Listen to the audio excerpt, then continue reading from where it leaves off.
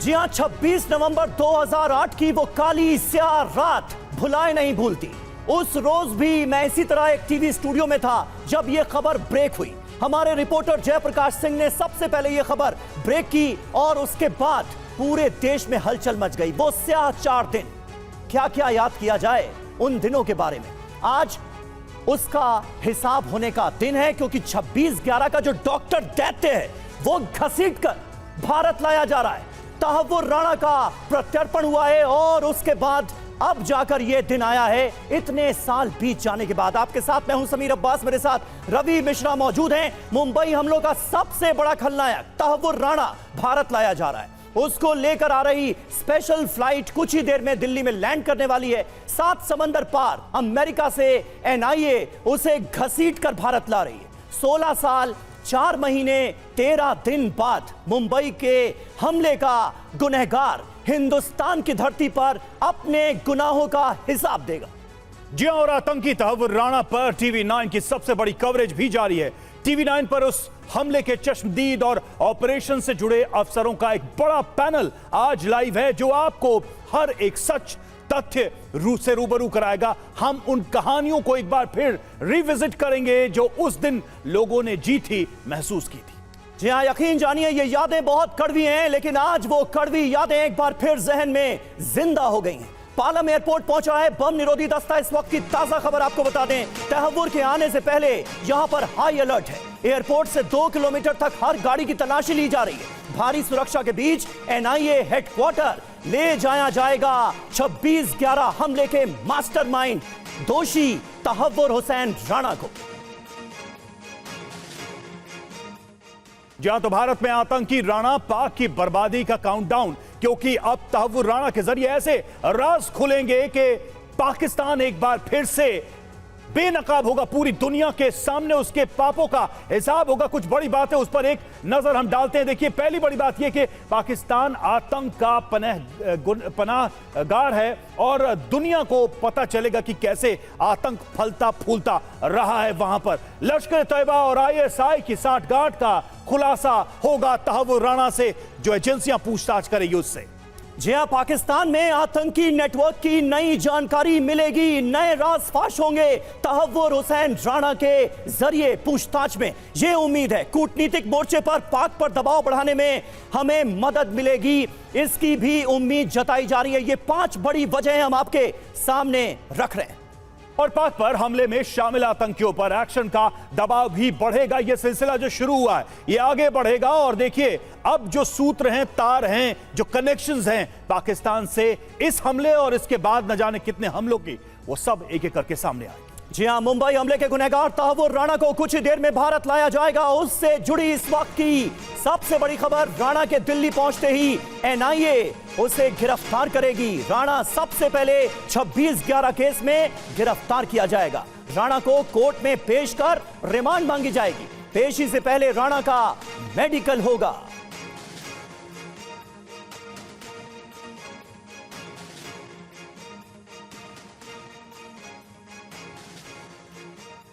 और आइए आपको मिलवाते हैं अपने तमाम खास मेहमानों से, जो आज इस बड़ी खबर पर बात करने के लिए और अपना एक्सपीरियंस, उन दिनों का अपना एक्सपीरियंस शेयर करने के लिए हमारे साथ मौजूद हैं। लेफ्टिनेंट कर्नल संदीप सेन हमारे साथ मौजूद हैं। 26/11 एनएसजी ऑपरेशन के दौरान इन्होंने बड़ी जिम्मेदारी संभाली, उस दौरान ये ऑपरेशन में शामिल रहे। सरोज कुमार रथ, लेखक the secret history of Mumbai terror attacks के, वो हमारे साथ मौजूद हैं। Major general VK Dutta, NSG के पूर्व ऑफिसर, हमारे साथ मौजूद हैं। संदीप उन्नीथन, लेखक black tornado the 3 siege of Mumbai 2611, वो हमारे साथ मौजूद हैं। वरिष्ठ पत्रकार प्रबल प्रताप सिंह हमारे साथ खास मेहमान हैं। हमारे छोटू चायवाला और तौफीक, जो कि 26/11 हमले का चश्मदीद है, इन्होंने कई लोगों की जान बचाई, इन्हें हीरो का खिताब मिला, वो भी हमारे साथ जुड़ेंगे। सज्जाद अजहर पीरजादा, वरिष्ठ पत्रकार हैं, सीनियर सहाफी, पाकिस्तान से हमें ज्वाइन कर रहे हैं। और हमारे तमाम सहयोगी भी हमारे साथ मौजूद हैं। एनआईए हेडक्वार्टर, जहां आज सबसे ज्यादा हलचल नजर आ रही है, जितेंद्र शर्मा वहां से हमारे साथ हैं।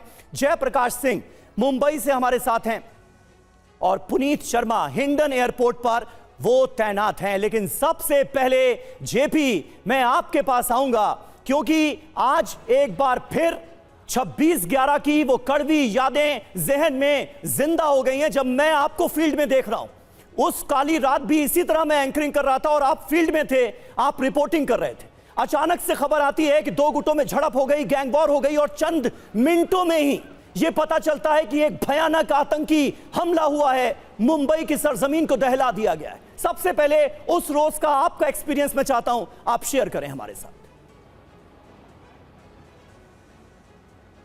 जो बिल्कुल समीर, देखिए 26 नवंबर 2008 की वो रात मैं कभी भी नहीं भूल पाऊंगा। हालांकि 17 साल हो गए हैं, लेकिन मैं आपको बताऊं कि जैसे लियोपोल्ड से मेरे एक इन्फॉर्मर की खबर आई कि लियोपोल्ड में फायरिंग हो रही है, मुझे ये लगा कि जो उस वक्त महाराष्ट्र नवनिर्माण सेना के जो कार्यकर्ता है वो उत्तर भारतीयों के साथ उनके प्रॉब्लम चल रहे थे, पिटाई चल रहा था, तो मुझे ये लगा कि शायद इस वजह से वहाँ पर कोई गैंगवार हुआ है। और मैं सबसे पहले अपने जो सहयोगी हैं उनको लेकर वहां पर गया, लेकिन वहां जाने के बाद जो नजारा मैंने देखा, एम्बुलेंस के अंदर से एक के बाद एक डेड बॉडीज जो है वो आ रही थी लियोपोल्ड के रास्ते से और ताज के पीछे वाले गेट के रास्ते से। तो मुझे लगा मामला बहुत बड़ा है और वाकई में यह मामला बहुत बड़ा था, गैंगवार नहीं था, ये एक ऐसी सोची समझी प्लानिंग थी जिसको अंजाम दिया था पाकिस्तान की खुफिया एजेंसी ISI और पाकिस्तानी आर्मी ने।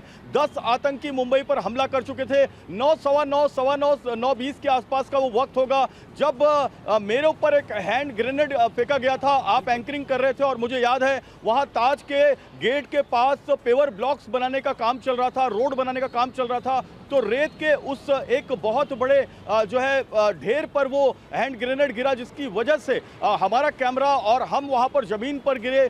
थोड़ी देर बाद हम उठे, उसके बाद हमने अपने कैमरे को दोबारा लगाया, ओबी से कनेक्ट किया और ओबी पहली बार मैंने देखा ओबी वैन जो है वो जो एंटीना उसका जब चालू होता है तब ओबी वैन मूव नहीं करती, लेकिन एंटीना चालू करके ओबी वैन मूव की थी। तो इतना डर, इतनी दहशत थी कि जहां लाइट जलती थी वहां फायरिंग होती थी। और उस वक्त 2 आतंकी जो है उस पर ताज के जो है पुराने वाले ताज पैलेस पर थे और 2 आतंकी अंदर घुसाए थे लियोपोल्ड के अंदर से। तो ये बहुत भयानक मंजर था।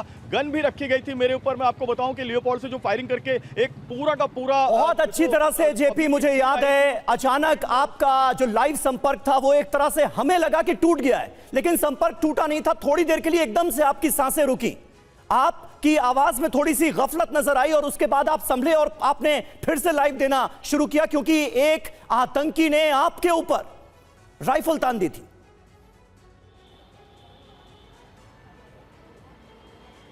जेपी बिल्कुल समीर, और वो जो मंजर है मैं कभी नहीं भूल सकता। बिल्कुल मंजर मैं कभी नहीं भूल सकता। डीसीपी जोन 1 विश्वास नागरे पाटिल की वो गाड़ी वहां पर मौजूद थी, उनके ड्राइवर वहां मौजूद थे और मैं ये कोशिश कर रहा था कि पता लगाऊं कि ये पूरा माजरा क्या है, क्या ये गैंगवार है, कितने लोग इसमें इंजर्ड हुए हैं, क्योंकि डेड बॉडी, क्योंकि एम्बुलेंस की मैं बहुत ज्यादा व्हीकल्स मूवमेंट वहां पर देख रहा था। जब मैंने उससे पूछा उतने में भीड़ वहां पर आई, बड़े मियाँ गोकुल चैट से होते हुए ये भीड़ जो है धन्यवाद गेट के पीछे वाले सड़क से भागी और उस लेन पर पिन ड्रॉप साइलेंस हो गया और इतने में 2 जो है जो 2 वहां पर युवक आए, एक के पीछे पीठ पर बंधा हुआ था बैग, पिट्ठू बैग, और एक ने आगे बिल्कुल सही बात है जेपी, बिल्कुल सही बात है। और ये कहानी बहुत लंबी है। उन 4 दिनों में क्या क्या हुआ ये कहानी पूरे देश ने देखी, सुनी।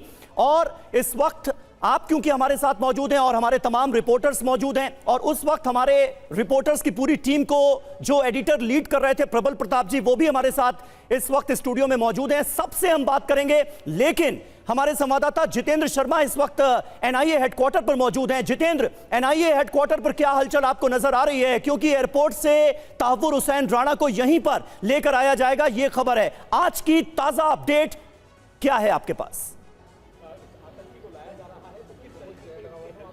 जी बिल्कुल, देखिए अब से 3 घंटे बाद तहव्वुर राणा इसी NIA हेडक्वार्टर के अंदर मौजूद होगा, जहां पर उन्हें NIA के सवालों का जवाब देना होगा। पिछले 16 साल से लगातार NIA तहव्वुर राणा को हिंदुस्तान लाने की कवायद में जुटी थी और अब आखिरकार वो मौका है जब तहव्वुर राणा इस NIA हेडक्वार्टर के अंदर जांच एजेंसी के सामने मौजूद होगा। उसे ग्राउंड फ्लोर पर बने सेल में रखा जाएगा, बाकायदा वहां पर पूछताछ जो टीम उससे करेगी उनका भी चयन हो चुका है। तो लिहाजा जो सिक्योरिटी है आप देख सकते हैं किस तरीके से NIA हेडक्वार्टर के आसपास बढ़ा दी गई है। साथ ही जो रूट, जिस रूट से टेक्निकल एयरपोर्ट से उसको यहाँ तक लाया जाएगा, वो रूट भी चिन्हित किया जा चुका है। उस रूट के ऊपर तो जो सुरक्षा है वो बढ़ा दी गई, क्योंकि काफ़ी सेंसिटिव मामला है। तो ऐसे में कोई भी कोताही जांच एजेंसियां नहीं बरतना चाहती है। तो अब से कुछ देर बाद उम्मीद है कि इसी हेडक्वार्टर के अंदर तहव्वुर राणा होगा और उसे अपने गुनाहों का हिसाब देना होगा। जी बिल्कुल, सबके निगाहें हैं देखिए एनआईए हेडक्वार्टर पर कि कब वो तस्वीरें सामने आती हैं जब भारत का सबसे बड़ा वांछित आतंकी एनआईए हेडक्वार्टर पहुंचता है। लेकिन उस कहानी के सिलसिले को हम आगे बढ़ाते हैं जिसकी यादें एक बार फिर से पूरे देश के सामने आई हैं। प्रबल प्रताप सिंह वरिष्ठ पत्रकार हमारे साथ इस वक्त जुड़े। प्रबल जी, इस खबर के पहली बार आपके सामने आने से लेकर आखिरी आतंकी के मारे जाने तक आप इसको कवर करते रहे। हम ब्रेक में बात भी कर रहे थे कि कैसे आखिरी आतंकी आपकी आंखों के सामने, कैमरे के सामने मारा गया। हम वो कहानी भी सुनना चाहेंगे आपकी जुबानी की, वो एहसास कैसा था जब इस बड़े ऑपरेशन को अंजाम दिया गया, वो लास्ट टेररिस्ट आपकी आंखों के सामने मारा गया। और देखिए, ये ऑपरेशन का तीसरा दिन था और हम लोग, मैं यहाँ से गया था दिल्ली से, 3 दिन से हम लोग सोए नहीं थे। और चूंकि वो 24/7 कवरेज था, सडनली क्या हुआ कि मैंने एनएसजी का मूवमेंट देखा और हमने देखा कि एक टीम जो है उनके ताज के ठीक सामने जाके अपने को कैमोफ्लेज करके बैठी हुई है। और मैंने उसको फॉलो करना शुरू किया। वहाँ एक कैमरामैन भेजा, मैंने कहा लगता है कुछ होने वाला है। इसी समय गन शॉट्स हुआ तो ऊपर से वो क्लीन करते एनएसजी की टीम आ रही थी और सडनली उनको दिखाया कि फायरिंग जो है वो पास आ रही है, यानी जहां हम थे उससे पास, ऊंचाई से नीचे की तरफ से आवाज़ काफ़ी क्लियर थी। करते करते वो मैंने एक एनएसजी वाले से पूछा कि क्या है, कितने दिन और चलेगा? तो पता नहीं, शायद वो रहम खाया होगा मुझे, उसने कहा कि जल्दी ख़त्म हो जाएगा।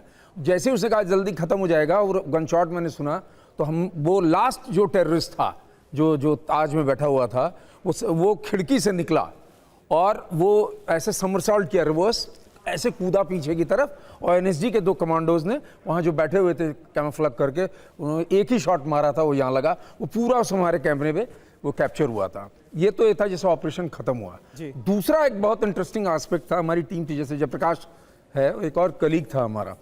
आप एक रिपोर्टर, उस समय इतनी अफरा तफरी थी, सरकार की तरफ से कोई क्लैरिटी नहीं थी। हमला हुआ है 8:20 के आसपास और रात में 12 बजे के बाद कहा गया इट वाज टेरर अटैक। बिल्कुल 3-3.5 घंटे तक ये था और रिपोर्टर दौड़ रहा था। एक रिपोर्टर उसी ताज होटल में जो सर्विस लिफ्ट है जहां पे इन्होंने शेफ को मारा था, उसमें घुस गया और 6th फ्लोर पे चला गया और वहां से उसने लाइव देना शुरू किया। तो मैंने कहा कि देखो सामने से टेररिस्ट घुसे हैं, वहां से तुम निकलो। और बहुत मुश्किल से उसको मैं निकाला, नहीं शायद हो सकता है वो भी इस हमले का शिकार हो जाता। तो वो बड़ा भयानक और बड़ा डरावना वक्त था। फिर अब तहव्वुर राणा आ रहा है। अब देखिए पाकिस्तान इस बात को कितना मानता है कि उसकी क्या भूमिका रही है, वहाँ के लोगों की क्या भूमिका रही है। बिल्कुल सही बात है प्रबल जी, बहुत अच्छी तरह से मुझे वो लम्हे याद हैं। उन दिनों, उन 4 दिनों में दिन में 10-10 बार हमारा और आपका लाइव होता था और आप वहाँ से सारी इंफॉर्मेशन दे रहे होते थे।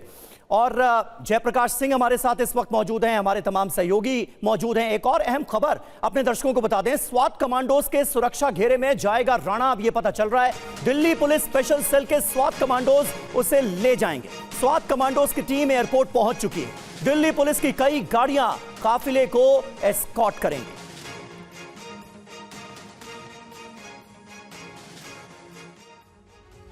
और देखिए राणा केस में सरकार की तरफ से वकील नियुक्त किया गया है। नरेंद्र मान पब्लिक प्रोसिक्यूटर होंगे इस केस में और एनआईए कोर्ट में रखेंगे जांच एजेंसी का पक्ष। एजेंसियां कौन कौन से सबूत राणा के खिलाफ रखने वाली हैं, उस सबको रिप्रेजेंट करेंगे। पुनीत हमारे साथ इस वक्त जुड़े। पुनीत, सबसे बड़ी बात यह है कि इस मामले में भारतीय एजेंसियों के हाथ में जो सबूत लगे उसको अमेरिका की सर्वोच्च अदालत ने माना, एक्सेप्ट किया। भारत में वो सबूत और इसके अलावा और भी सबूत निश्चित तौर पे होंगे, वो कितने मजबूत साक्ष्य रहने वाले हैं और खासकर पाकिस्तान की टेंशन बढ़ाने वाले हैं?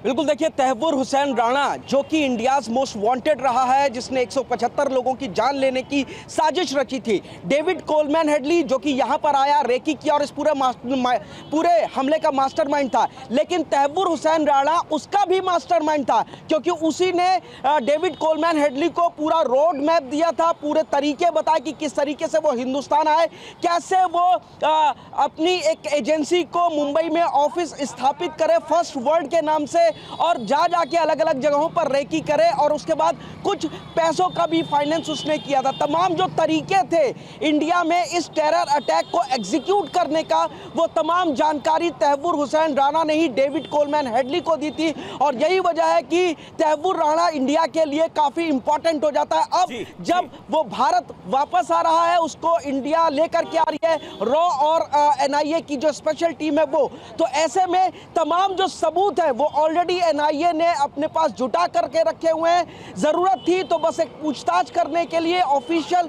और यही वजह है कि जो अमेरिकन सुप्रीम कोर्ट है उसने तहव्वुर राणा ने जो वहां पर अपनी अर्जी लगाई थी ना जाने की एक्स्ट्राडिशन को कैंसिल करने की, वो अर्जी को खारिज किया। बिल्कुल सही बात है पुनीत। क्या क्या बचने की कोशिश नहीं की तहव्वुर हुसैन राणा ने कि उसे किसी भी सूरत में भारत ना आना पड़े, लेकिन सारी कोशिशें बेकार साबित हुई इस आतंकी की। हमारे साथ एक बहुत खास मेहमान और मौजूद हैं, लेफ्टिनेंट कर्नल संदीप सेन हमारे साथ हैं, जो कि 26/11 एनएसजी ऑपरेशन के दौरान ऑफिसर थे, इस ऑपरेशन में शामिल थे।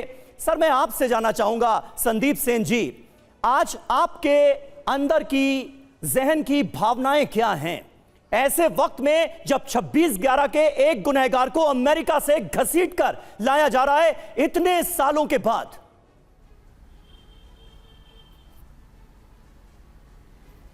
देखिए, तहव्वुर हुसैन राणा जो है इस पूरे आतंकवादी जो घटना हुई 26/11 की, उसकी एक बहुत महत्वपूर्ण कड़ी है और मैं इसको हेडली से भी बड़ी कड़ी मानता हूँ। अच्छा, जिससे पहले कि अभी बता रहे थे, इसलिए क्योंकि हेडली को रिक्रूट तहव्वुर हुसैन राणा ने किया है। तहव्वुर हुसैन राणा एक पाकिस्तान आर्मी का कैप्टन रहा है, पाकिस्तान आर्मी में सर्व करा है as a medical officer. Right. और जहाँ तक मेरा अपना मानना है, मेरी ये अपनी भावना है कि उसको आईएसआई ने ही प्लांट करा है बाहर जाके, ताकि अपनी एक एजेंट जो हम सिक्योरिटी एजेंसीज इंट एजेंसीज जिस प्रकार से दुनिया भर की काम करती हैं, वो उनका एक डीप एसेट था जो कनाडा में उसको वहाँ की नागरिकता दे के कार्यभार सौंपा गया होगा। वहाँ से उसने प्लानिंग का वो पार्ट रहा। हेडली को उसने रिक्रूट करा। हेडली का नाम अगर हेडली नहीं होता तो वो रिक्रूट नहीं होता, क्योंकि तहव्वुर हुसैन राणा अगर हिंदुस्तान में आता तो उसके ऊपर नज़रें ज़्यादा रहती। हेडली की कवर लेके उसके ऊपर नज़रें कम रही। उसी ने अपनी इमिग्रेशन एजेंसी यहाँ पर सेटअप करी और पूरा रेकी करी, प्लानिंग करी। वो इस पूरे ऑपरेशन का एक बहुत बड़ा पार्ट है। और वो जब हम आईएसआई की बात करते हैं तो तहव्वुर हुसैन राणा आईएसआई है, वो रहा है उसका पार्ट, और उसको पास वो सारी जानकारियां हैं जो किसी और के पास नहीं होंगी, इवन हेडली के पास भी नहीं होंगी।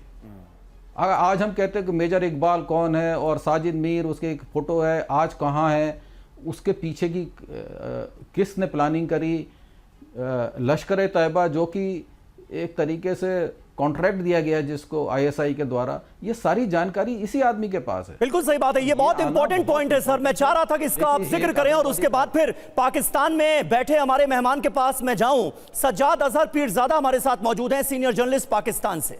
पीरजादा साहब, किस तरह से आप देखेंगे पाकिस्तान में तहव्वुर हुसैन राणा के भारत प्रत्यर्पण को लेकर किस तरह की खबरें चल रही हैं, और जिस बात का जिक्र अभी सर ने किया कि आईएसआई और आतंकियों के बीच की जो कड़ी थी वो अब भारत पहुंच रही है, तहव्वुर हुसैन राणा के जरिए आईएसआई के भी कई राज फाश हो सकते हैं, ये उम्मीद की जा रही। कैसे देखेंगे इसे? देखिए, यहां पर तो आपने पूछा कि पाकिस्तान में क्या चल रहा है, तो यहाँ पे तो कुछ ऐसी बात नहीं है, अमन सुकून है। और लेकिन ये मैं कहना चाहूंगा कि लोग दुखी जरूर हुए कि जब 26/11 में अटैक हुए ना बंबई में, पाकिस्तान के लोग, क्योंकि आपके भी यहाँ आते हैं, हमारे वहां जाते हैं, लोग तो आपस में लोग एक दूसरे से बड़ा प्यार करते हैं, तो लोग चाहते हैं कि जिन्होंने जो हमले करते हैं वो पकड़े जाएं और उनको सजा मिले। यहाँ मैं एक बात करना चाहूंगा कि हम जो लोग आपस में, जिस तरह आप वहां पे बैठकर बात करें, दोनों मुल्क का जो मीडिया है ना, मीडिया वो प्रमोट करता है इन्हीं लोगों को, जो ये लोग हैं इंतहा पसंद कह लें, एक्सट्रीमिस्ट कह लें, इनको टेररिस्ट कह लें, इनको प्रमोट करते हैं हम लोग बैठकर। क्यों? इनकी बातें हम आगे बढ़ाते हैं। ये एक्सट्रीमिस्ट लोग चाहते हैं कि हमें ज्यादा हम चाह रहे हमारे थे पे बात सर, हम चाह रहे थे कि तहव्वुर राणा हो या फिर कसाब हो या फिर दूसरे टेररिस्ट हों, उनको प्रमोट करने में पाकिस्तान एज ए स्टेट का क्या रोल है? आप उस पर कुछ बताते हमें। पाकिस्तान का रोल इसमें क्या रोल होना है? एक इंडिविजुअल आदमी है, अगर देखें आप उसको लेके आ रहे हैं, और मैं तो ये कहता हूं कि आप लाएं उसको सबूत, वो कानून के मुताबिक जो है कार्रवाई की जाए, जो भी है कार्रवाई होनी चाहिए। नहीं, आप मानते नहीं कि पाकिस्तान अगर ये as a state, as a country, वहां की जो पुरानी सरकारें रही, जिन्होंने सरकारें चलाई, सेना के जो लोग इन्वॉल्व रहे, आईएसआई की जो भूमिका रही, उसको लेकर बात होनी चाहिए? क्योंकि सबूत बहुत सारे हैं ना, प्रूफ बहुत सारे हैं, अमेरिकन कोर्ट्स ने भी माना उनको।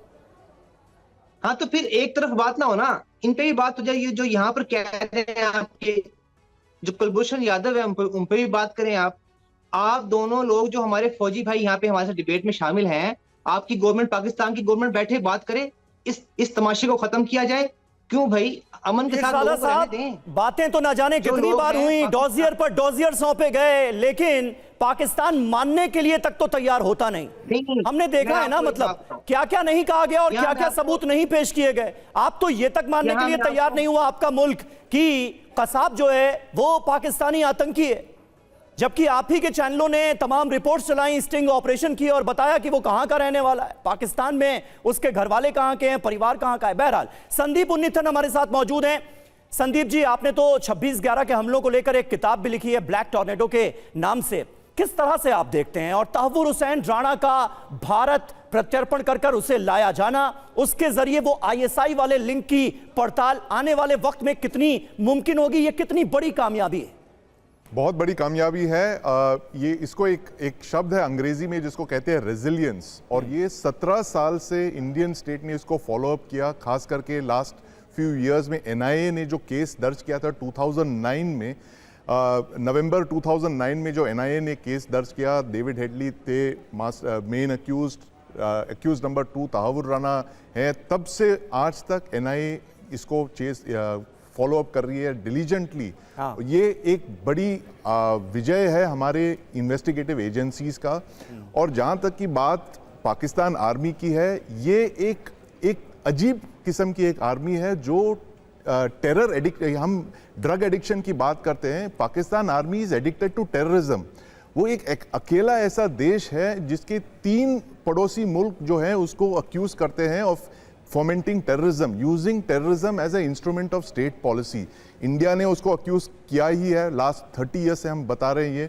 ईरान ने कहा है कि पाकिस्तान में टेररिस्ट शरण ले रहे और इरानियंस को अटैक कर रहे, और यहाँ तक कि आज तालिबान भी ये एक बात कह रही है कि पाकिस्तान में जो बैठे हैं आतंकवादी वो अफगानिस्तान में अटैक कर रहे हैं। तो ये एक अकेला ऐसा देश है जिसने टेररिज्म को एक इंस्ट्रूमेंट ऑफ स्टेट पॉलिसी बना रखा है। और ये पाकिस्तान स्टेट की बात नहीं है, ये पाकिस्तान आर्मी की बात कर रहे हैं हम। पाकिस्तान आर्मी और उसके जो अलग अलग डिपार्टमेंट्स जो है, आईएसआई जो पाकिस्तान आर्मी की सबसे बड़ी बहुत दिलचस्प बात आपने कही।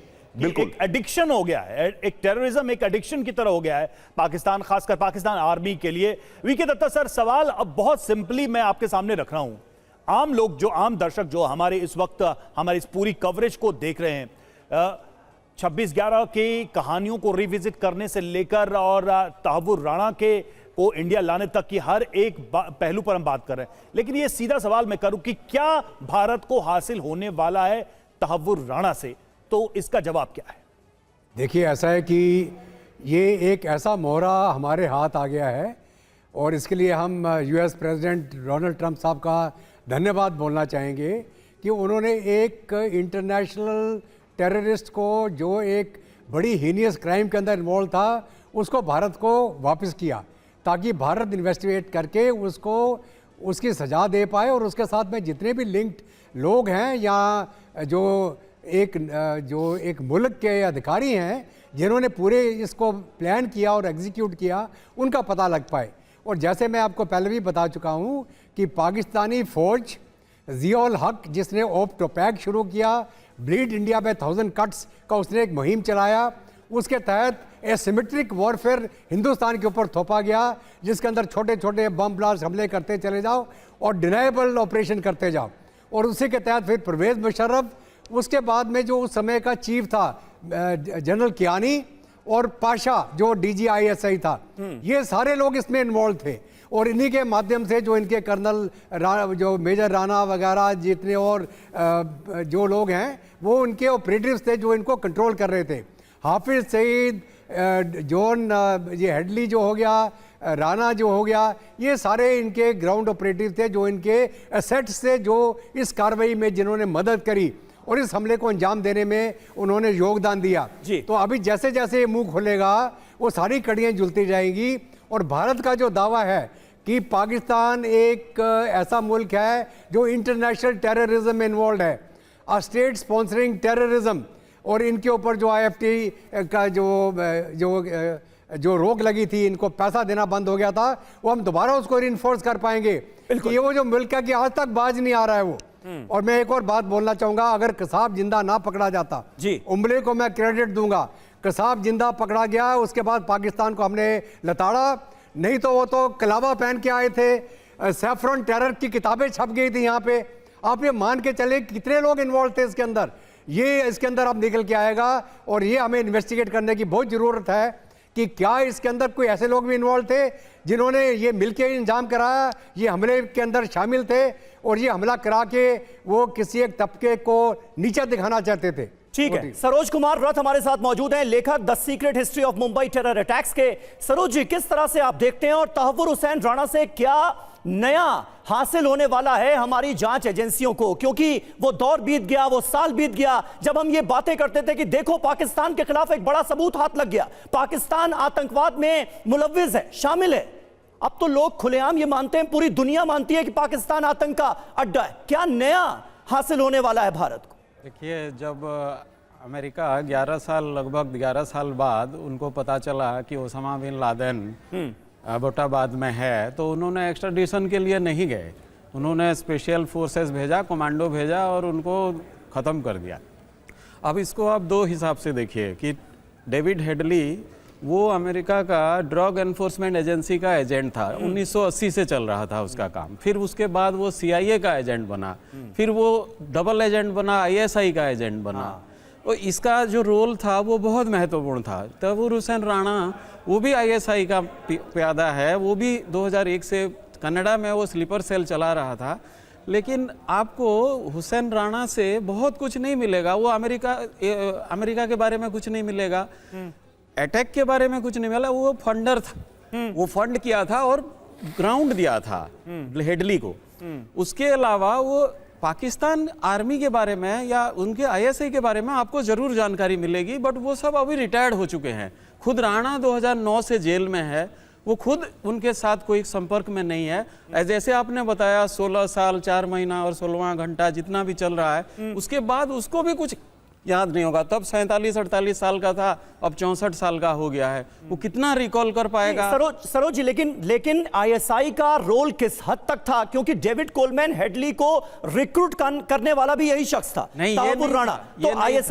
तो ISI का रोल जो है वो क्या तहव्वुर राणा के जरिए खुलकर सामने आ सकता है कि किस हद तक पाकिस्तानी खुफिया एजेंसी इन्वॉल्व थी? पाकिस्तानी खुफिया एजेंसी का रोल तो बहुत पहले से भी क्लियर हो चुका है। इनफैक्ट जिस दिन अटैक हुआ, आसिफ अली जरदारी उसी रात को बोले कि हम पाशा को भेज रहे हैं, ISI डायरेक्टर को भारत भेज रहे हैं। तुरंत उन्होंने फिर कियानी के कहने के बाद मना कर दिया। ठीक है, ये हम बातचीत जारी रखेंगे। देखिए, एक और अपडेट है दर्शकों को और आप सभी को बताते चलें। देखिए, तहव्वुर राणा 12 से 1 बजे के बीच आ सकता है, ये बड़ी जानकारी सामने आ रही है। फ्यूल रिफिलिंग के लिए एक जगह विमान रुका है और फ्यूल रिफिलिंग के लिए एक स्टॉपेज लिया गया। राणा को रखने की जगह पर आखिरी वक्त में फैसला होगा, तो थोड़ा जो डिले हुआ है वो रिफिलिंग की वजह से हुआ, ये जानकारी सामने आ रही है। और ये बताया जा रहा है कि 12 से 1 बजे के बीच तहव्वुर राणा भारत आ सकता है। जितेंद्र शर्मा हमारे संवाददाता जुड़े हुए हैं। जितेंद्र, जो देरी हुई रिफिलिंग की बात की जा रही है, इसके अलावा और क्या जानकारी मिल रही है? 12 से 1 का समय बताया जा रहा है जब राणा पहुंच जाएगा भारत। जी बिल्कुल, देखिए पहले सुबह 7 बजे का वक्त था जब स्क्वाड टीम को अलर्ट किया गया था और उसके बाद पता चला कि 2 से 3 घंटे का डिले है। तो जो हमारे सूत्र हमें बता रहे हैं, दरअसल रिफिलिंग को लेकर ये 2 से 3 घंटे का वक्त और लग रहा है, और तो 12 से 1 बजे के बीच में उम्मीद है कि तहव्वुर राणा को हिंदुस्तान लाया जाएगा और उसके बाद सीधा उसे इसी NIA हेडक्वार्टर में लेकर आया जाएगा। हालांकि किस रास्ते से या फिर कहें किस गेट से उसको निकाला जाएगा, ये आखिरी वक्त पर तय होगा, क्योंकि मामला काफ़ी सेंसिटिव है, तो लिहाजा सुरक्षा के लिहाज से ये उसी वक्त तय होगा। तो जो स्वाट टीम है उसको फिलहाल अलर्ट पर रखा गया है, चाहे वो हिंडन एयरबेस हो या फिर इसके अलावा टेक्निकल पालम एयरबेस हो, तो हर जगह स्वाट टीम मौजूद है और उन्हें अलर्ट पर कर दिया गया है। जी बिल्कुल जितेंद्र, बने रहे आप हमारे साथ। प्रबल प्रताप सिंह भी मौजूद हैं, वरिष्ठ पत्रकार। प्रबल जी, 26/11 के हमले जिस अंदाज में अंजाम दिए गए, वो भयानक हमला, वो खौफनाक रात, उस वक्त आप रिपोर्टर्स की पूरी टीम को लीड कर रहे थे। न सिर्फ लीड कर रहे थे बल्कि आप मौके पर पहुंचने वाले पत्रकारों में भी थे। आपका अपना एक्सपीरियंस क्या रहा इस पूरे हमले की कवरेज के दौरान? कोई एक ऐसा लम्हा जो बहुत खास था, वो आज आपको याद आ रहा हो? मुझे तो एक वाकया हुआ जिसमें अभी जयप्रकाश जो आपके कॉरेस्पॉन्डेंट है, जी वो वाकया बड़ा ही मतलब भयावह था। मुझे याद है जयप्रकाश का मेरे पास फ़ोन आया और जयप्रकाश मुझसे बात नहीं कर पा रहे थे, वो बहुत तेज ब्रीथ कर रहे थे और उनकी आवाज़ नहीं निकल रही थी, वो पूरा सेंटेंस नहीं कंप्लीट कर पा रहे थे। मैंने पूछा क्या हुआ, तो वो सर वो जो था कि बेवड़े गोली चला रहे हैं, इस तरह की बात उन्होंने कही। मैंने कहा रुक जाओ, पानी वानी पी के मुझे बताओ क्या बात है। तो उन्होंने बताया, वो बड़ा भयानक था कि ये एक DCP की गाड़ी थी वहाँ की, वो गए उसके ऑपरेटर के पास और जयप्रकाश चाहते थे कुछ इन्फॉर्मेशन मिल जाए, क्योंकि क्लैरिटी नहीं थी कि गैंगवार है या टेरर अटैक है।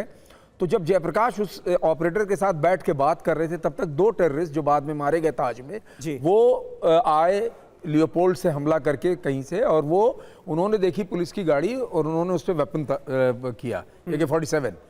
तो जयप्रकाश वो इतना घबरा गया था, तो वो पुलिस वाला तो बैठ गया, लेकिन जयप्रकाश ने बोला, मीडिया जर्नलिस्ट कुछ बोला, तो वो दोनों बोले छोड़ दे यार, और कह के वो आगे बढ़ गए और ताज में कुछ चले गए।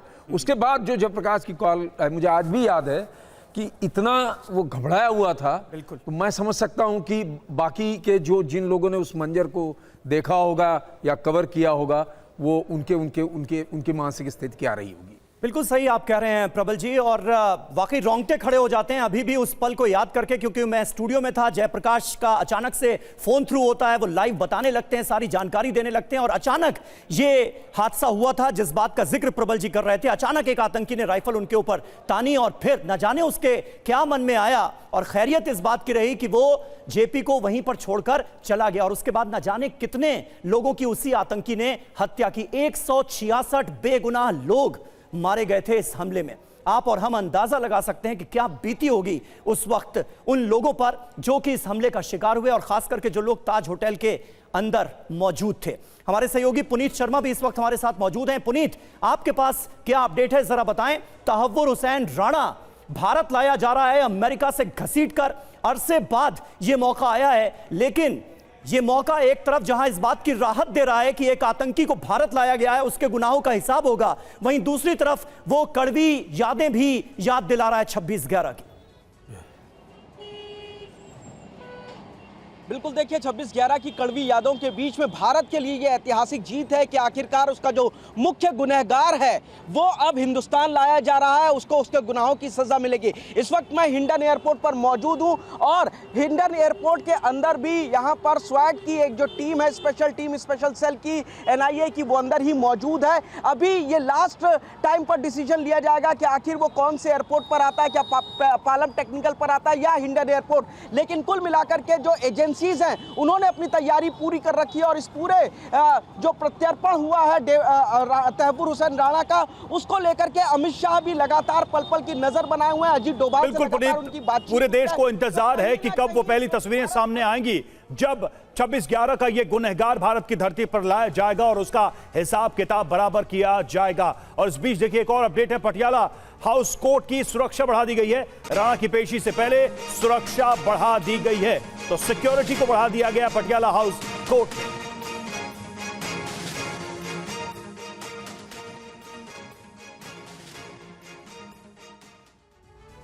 तो टीवी 9 भारतवर्ष पर तमाम खास मेहमानों का एक बड़ा पैनल हमारे साथ जुड़ा हुआ है। कई और खास मेहमान जुड़ने वाले हैं। हमारे तमाम संवाददाता इस बड़ी खबर पर नजर बनाए हुए हैं।